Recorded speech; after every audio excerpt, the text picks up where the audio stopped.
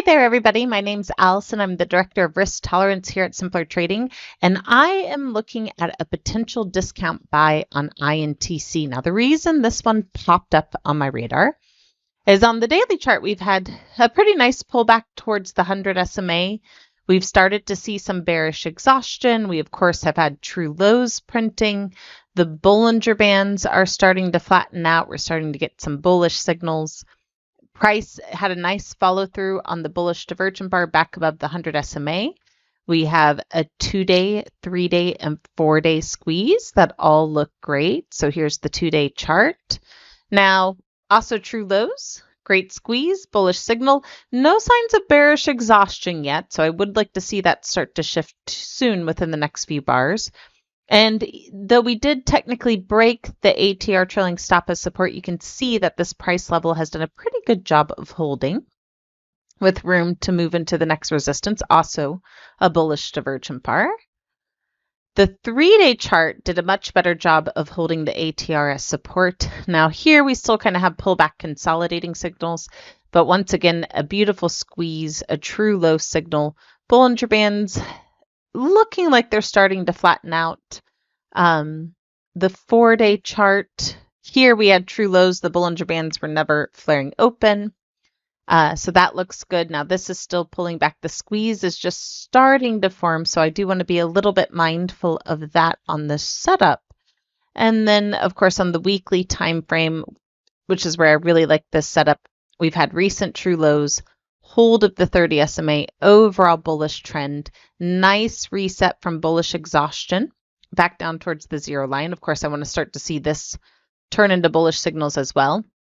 But with the recapture of the 100 SMA, the true lows across the board, I like this for one of two plays. If you want to play it off the weekly chart for the true low signal, then I would consider just buying straight shares. And the reason why is you don't have to worry about theta decay when you do that.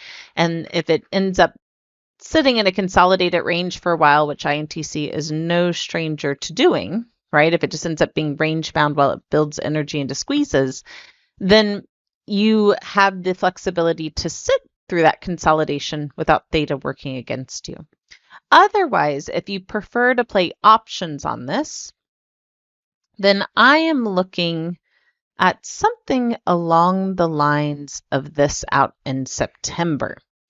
The 110, 120, 125 debit broken wing butterfly. Right now it's about $1.67 cost basis and $8.33 max profit potential. If it goes completely in the money, it's a $3.33 profit potential. So magic number, right? Great risk versus reward.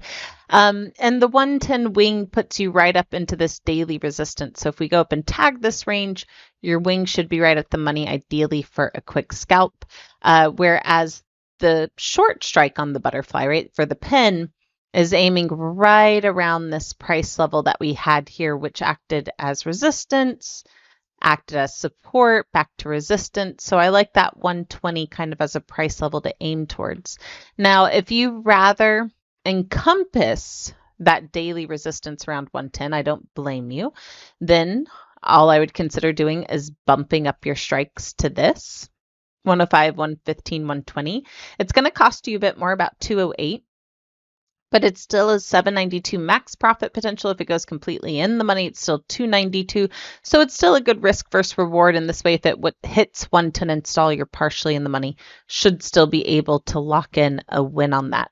Personally, though, for the risk versus reward I like to see on a 10-5 broken wing, I'd probably settle for this one. And once again, September gives you plenty of time, and the debit broken wing gives you that forgiveness factor in case it really shoots to the upside because the squeezes start to fire in our favor. Now, I don't know if I'd want to jump into this right now, given the bounce up and 100 potentially acting as a price level. So if it could pull back a little bit, ideal, but hopefully holding that 100 SMA. A strong break below 80 would probably have me recouping any capital that might be left on the trade, because that starts to shift the narrative of what I want to see. I'd prefer to say my cutoff, or a tight cutoff, a more conservative one, is the 100 SMA if you were to jump in now. But 80 really is the price support level. That's where we had this gap here. price held there, and now on this retest, we're still holding where that gap is. So that's kind of my line in the sand personally for INTC. Otherwise, like I mentioned, these true low plays have worked out really well for us. As a reminder, a video we did earlier this year talked about Microsoft on the monthly true low play, right? Those don't pop up very often, 2023, 2015. We jumped into this in the small lots room, gave ourselves into January. Now maybe that was a little bit too much time, right? But nice bounce and follow through off the earnings announcement, doing exactly what we want to see. And of course, plenty of room for the bigger trend move still to occur. So I'm basically looking at a similar setup like this, but for INTC more off of the weekly time frame. So we'll see if it can get going or not. As always, my fellow Jedis, may the trade be with you, and I look forward to talking to you next time. Bye. Hey, Allison Ostrander here, Director of Risk Tolerance at Simpler Trading. Thanks for watching the video.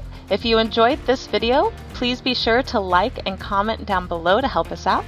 Also, be sure to subscribe and click the bell icon so you can get notified when we release our next video.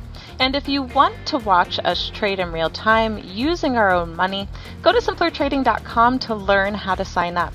As always, may the trade be with you, and we'll see you in the next video. Bye.